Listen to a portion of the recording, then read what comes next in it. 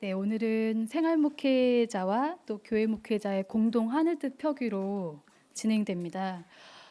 성서 배움 마당을 한 번씩 할 때마다 수료하신 분들 중에 또 한 분께서 함께 이 시간 평신도 하늘뜻 표기에 서게 되는데요.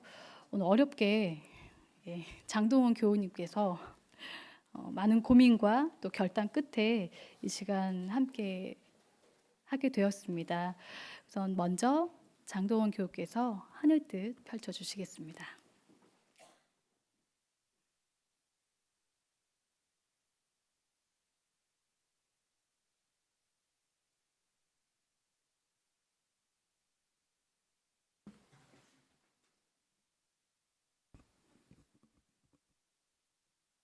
네, 안녕하십니까?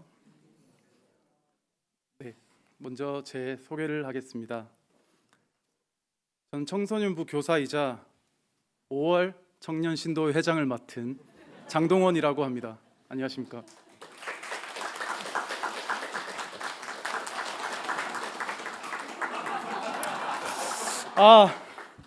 제가 성가대 테너 출신인데 성가대가 없어서 너무 안타깝습니다. 그리고 너무 많이 비어 계셔서 너무 마음이 아프고요.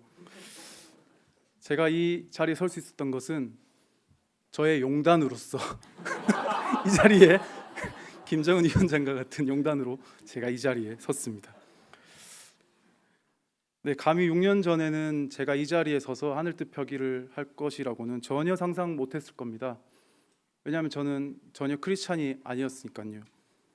예수천국 불신지옥을 외치는 그 편협하고 폭력적인 집단에서 제가 어떻게 설교를 할 수 있었을까요?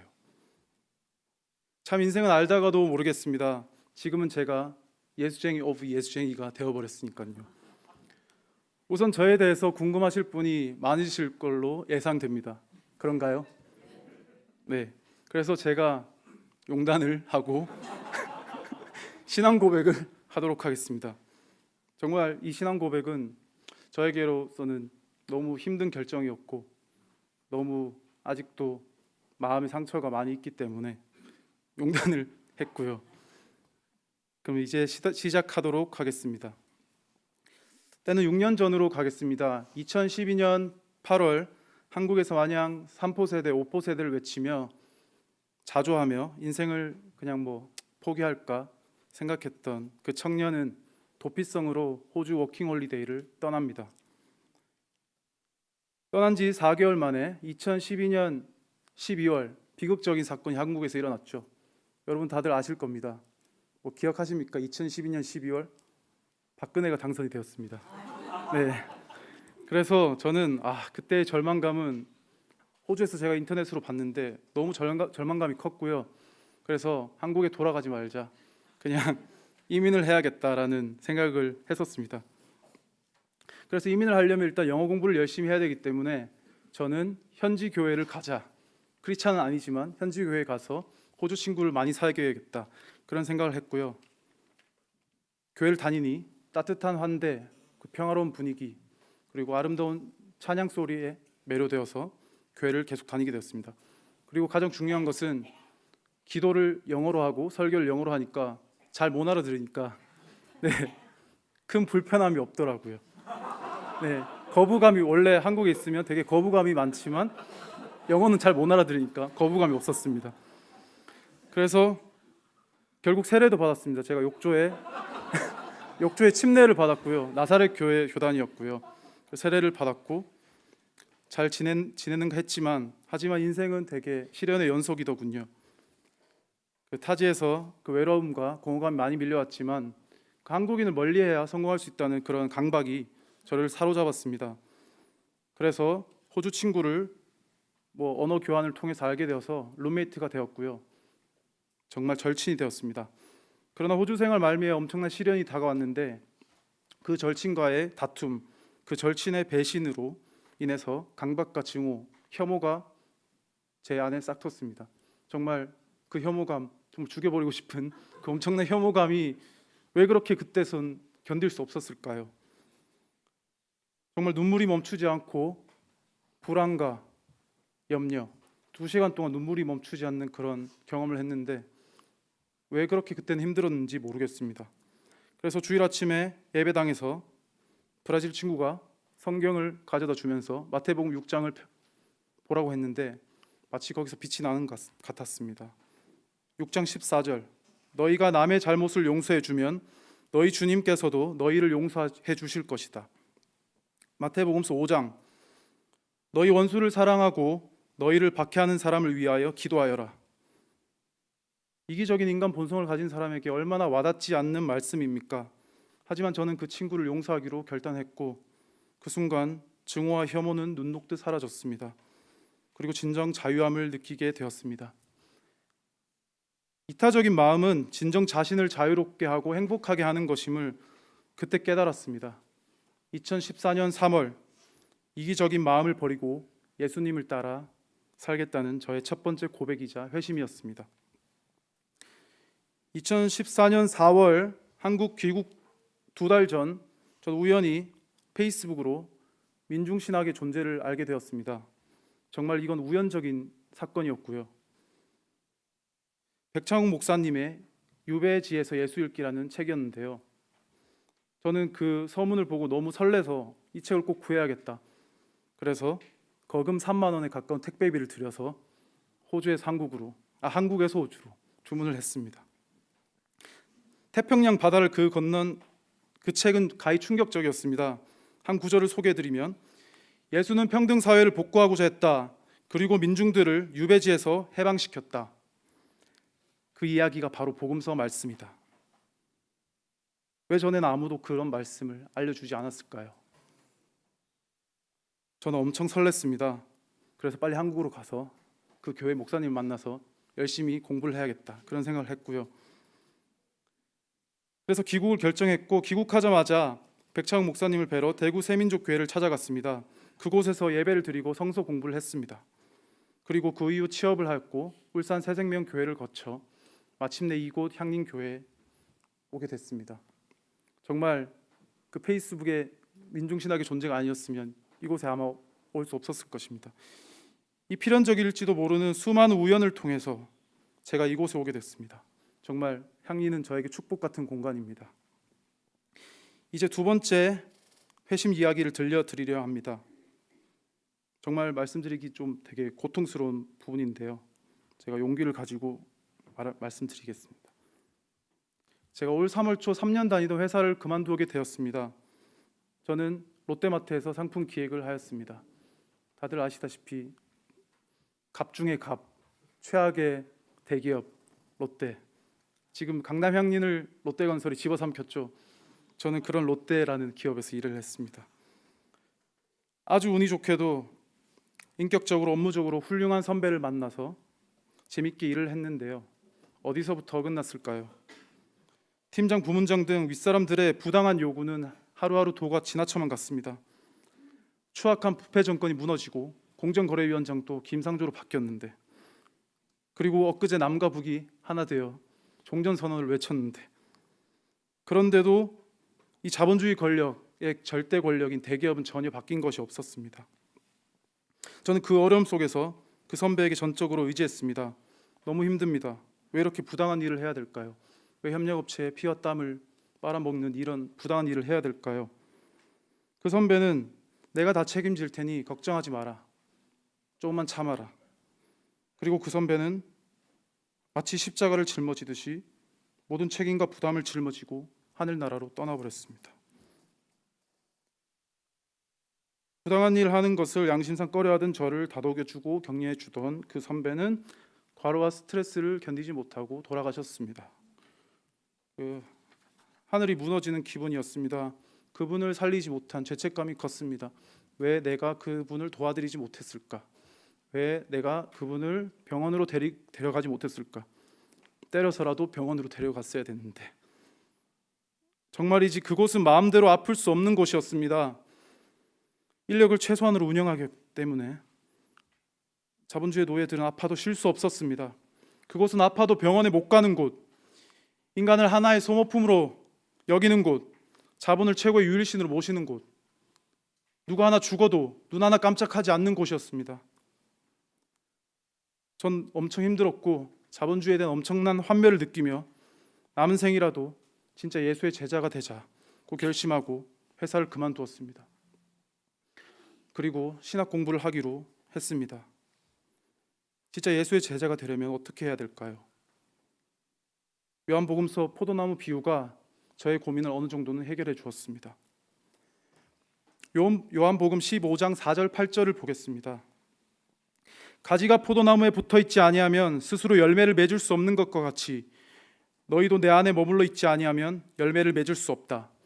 너희가 내 안에 머물러 있고 내 말이 너희 안에 머물러 있으면 너희가 무엇을 구하든지 다 그대로 이루어질 것이다. 너희가 열매를 많이 맺어서 내 제자가 되면 이것으로 하나님께서 영광을 받으실 것이다. 이 포도나무 비유는 예수와 제자의 최후의 만찬, 즉 그리스도와의 연합을 의미하는 성만찬의 내용을 담고 있습니다. 그리스도는 자신이 포도나무이고 신자들은 가지들이며 스스로 포도 열매를 맺어 그 열매로부터 포도주를 얻습니다. 하지만 그리스도 없이는 열매도 없고 포도주도 없습니다. 즉 우리는 그리스도와 연합해 있으므로 그를 떠나서는 아무것도 할 수 없습니다. 이처럼 포도나무 열매는 제자들로 하여금 그리스도의 희생적인 죽음과 다가오는 시대의 삶의 선취에 동참하게 합니다. 그리고 이것은 하나님과 그리스도와 제자들 간의 상호 내주를 통해 이루어집니다. 그렇다면 그리스도와의 연합은 무엇을 의미하는 것일까요? 제 사례를 하나 말씀드리겠습니다. 너무 추상적인 얘기니까 제 사례로 한 말씀을 드리겠습니다. 올해 초 청소년부 교사로 처음 갔을 때 상당히 놀랐습니다. 우리 푸른이들의 젠더 감수성, 인권 감수성 이 엄청나게 뛰어나더라고요. 그래서 또 한 번 시대가 많이 흘렀구나. 나 또한 옛날 사람이 돼가구나. 소위 말해서 아재구나. 많이 반성을 하였고요. 우리 푸른이들은 이 공동체 내, 향림 공동체 내에서 완전한 평등을 원합니다. 그래서 저희 교사들은 푸른이들을 하나의 주체적인 인격으로 대우하며 존중하며 누구누구님이라고 존댓말을 씁니다. 그리고 그들도 저희를 선생님으로 부르지 않습니다. 동원님으로 부릅니다. 여기서 약간 불편하실 분 계실 것 같은데요. 그런가요? 그렇지만 저는 전혀 기분이 나쁘지 않았습니다. 오히려 계층구조 체제의 위계가 거쳤고 자유함을 느꼈으며 그 안에서 생동감을 느꼈습니다. 저 또한 동생들에게 반말을 할 때가 있는데요. 자아성찰을 해보았습니다. 즉 반말을 하는 것은 나이라는 태생적 기득권이 아니라 친교와 공감이라는 사회적 노력과 경험을 통해서만 이루어져야 한다는 반성이었습니다. 그래서 제가 하나 제안드리고 싶습니다. 우리 향림 공동체 안에서는 어떠한 위계 질서도 거부합니다. 인간은 하나님 앞에 모두 평등합니다. 사람 위에 사람 없고 사람 아래 사람 없습니다. 오직 야외 안에서 우리는 모두 평등합니다. 상대방의 각기 다른 감수성과 정체성을 고려하지 않은 채 던진 질문과 관심, 지시와 강요는 누군가에는 폭력일 수 있습니다. 그 대상이 여성이든 청소년이든 청년이든 자기보다 지위가 낮든 나이가 어리든 항상 언행을 조심하고 경계하는 것이 꼰대가 되지 않는 길이 아닐까요? 조금 불편하신가요? 조금만 참아주세요. 거의 다 끝나갑니다. 저희 하늘특별의 목표는 여기 계신 분들이 모두 불편한 게 목표입니다. 네, 그러면서 완전히 그리스도 안에서 연합하는 길. 네. 기득권자들 앞에서 사회적 약자들은 분노하고 절규하고 외칩니다. 당연히 기득권자들은 불편할 수밖에 없습니다. 하지만 사회적 약자들은 그 불편함보다 훨씬 더 큰 고통을 당하고 살아왔습니다. 불편함을 느끼는 만큼 우리는 기득권자입니다. 여성에게 남성은, 장애인에게 비장애인은, 성소수자에게 비성소수자는, 청년에게 중장년은, 노동자에게 자본가는 모두 기득권자입니다. 저 또한 누군가에게는 기득권자입니다. 약자들의 외침이 마냥 편하지만 않다는 것이, 불편하다는 것이, 내가 이토록 많은 기득권을 누리며 살아왔구나 라는 반성을 했습니다. 그에게 누군가에게는 큰 고통을 주었구나. 세상은 교회보다 빠르게 변화하고 있습니다. 최근 미투 운동이라는 나비의 날갯짓은 페미니즘이라는 혁명의 바람을 불러왔습니다. 이 나비 효과, 그동안 소외받고 있었던 여성들의 적극적 목소리가 하나의 혁명의 바람을 불어왔는데요. 저도 생물학적, 사회학적으로 규정된 남성으로서 누군가에게는, 어떤 여성에게는 폭력적이었을 수도 있구나 하고 많은 반성을 했습니다. 태생적 기득권, 내려놓기 힘들지만 마음껏 불편하고 솔직하게 인정하고 반성하고 회개하며 새로운 발전을 위해서 나아가고 싶습니다. 오늘 본문에서 읽었던 그리스도와의 연합은 여기에서 이루어집니다. 기득권의 영성을 가진 사람들은 불편함을 자연스럽게 받아들이고 전심으로 회개할 때 그리스도와의 연합이 이루어집니다. 가해자의 영성을 완전히 버렸을 때 피해자의 영성을 이해할 수 있고 그리스도 안에서 포도열매 맺을 수 있는 것입니다. 기득권을 내려놓고 불편해지는 것은 마냥 행복하게 하지는 않습니다.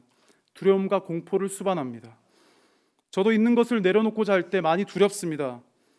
될 수만 있다면 제게서 이 잔을 거두어달라고 주님께 말씀드립니다. 될 수만 있다면 제게서 이 잔을 거두어달라고. 하지만 그럴 때마다 성서는 말합니다. 주님의 뜻대로 하여 주십시오. 주님의 뜻은 우리가 함께 포도나무 가지처럼 연대하여 멋진 포도나무 열매를 맺는 것입니다. 그리스도와의 연합은 불편함과 두려움을 감수하는 것입니다. 자기 십자가와 함께 매 순간 불편해지는 것입니다. 불편함과 두려움이 없는 평화로움은 거짓 평화일 수 있습니다. 이는 자기 십자가를 거부하고 부활신앙에 참여하지 않는 방관자로 피억압층인 이들과 유리되어 상대적인 기득권을 향유하며 거짓 평화에 도취될 수 있습니다. 불편한 포도주를 거부한 대제사장과 바리새인들, 기득권자들은 예수를 십자가에 못 박았지만 불편함을 이겨낸 제자들은 예수의 부활과 함께합니다. 불편함으로 인해 절망하고 좌절하며 번아웃되는 것이 아니라 불편함 안에서 여유 있고 생기 있고 행복한 것, 그것이 하나님과 그리스도 그리고 제자들 사이의 연합입니다. 즉 이 불편함과 행복의 공존, 이것은 그리스도교 부활신앙의 역설입니다. 고난받는 민중의 역사에 참여하는 것, 즉 불편함을 추구하는 것은 결코 하나님의 사랑과 은총에 관한 신앙 고백과 분리될 수 없습니다. 오직 야훼 아래서 평등을 추구하였던 제1성서 시대의 이스라엘 민족처럼 우리는 다시 하나님 말씀대로 돌아가서 실천해야 합니다.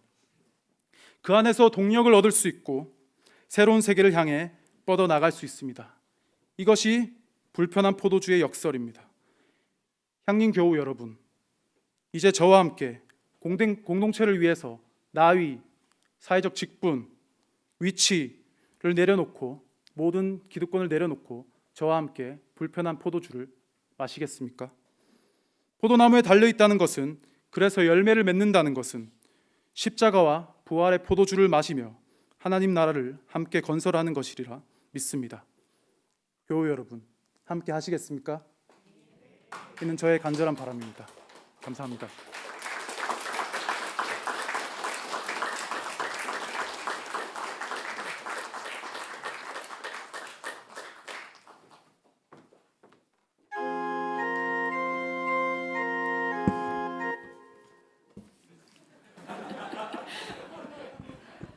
오늘 컨셉은 불편한 것으로 하겠습니다.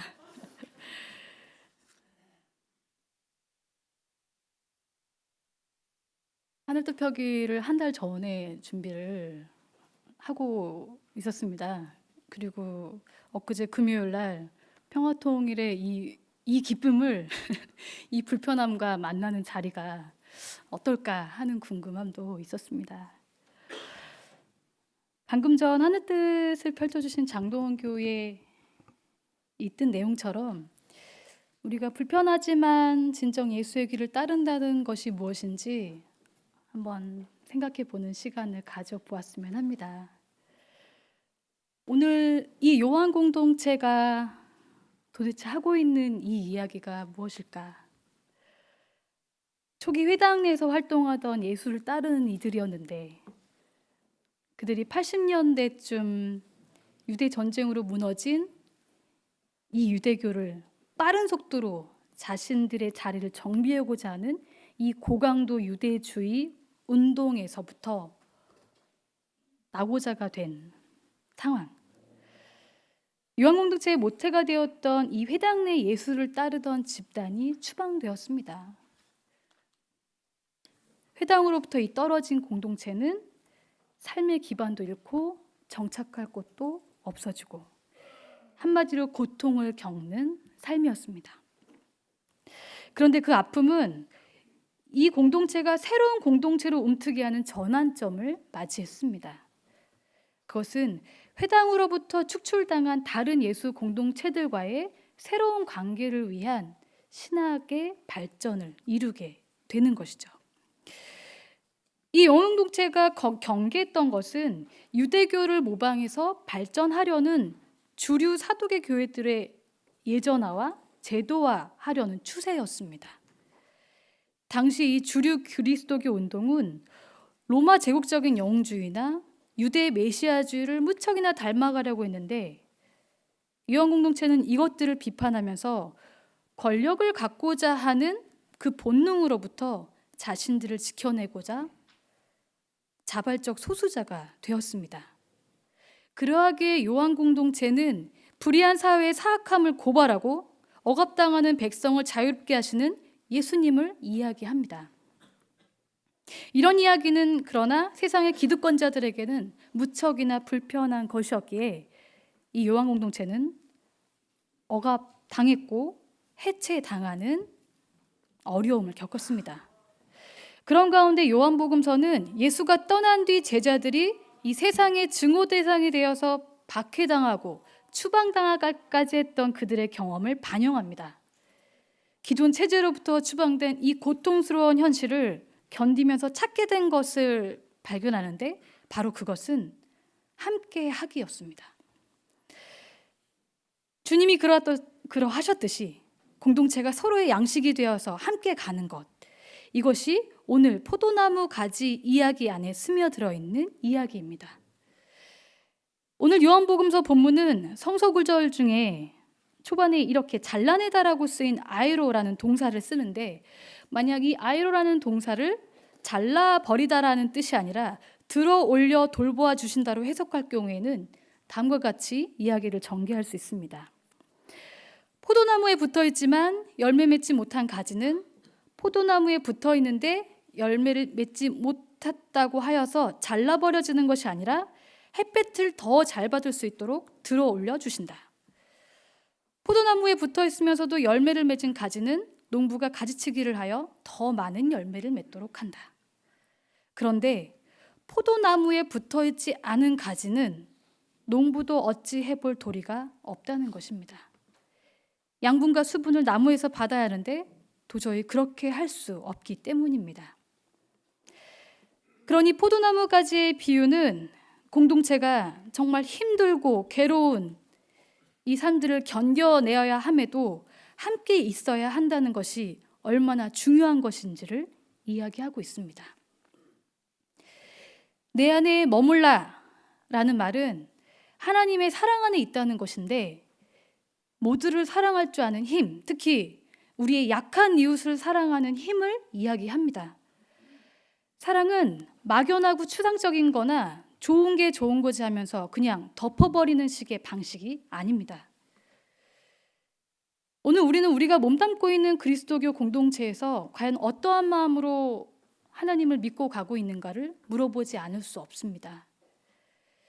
안병무 선생님은 현존하는 하나님을 말씀하시면서 악이 득세하고 선이 패배하면 신은 어디에 있는가 하고 묻습니다. 신의 부정은 전능한 신을 전제한 데서 가능하다라고 이야기하고 계신데요.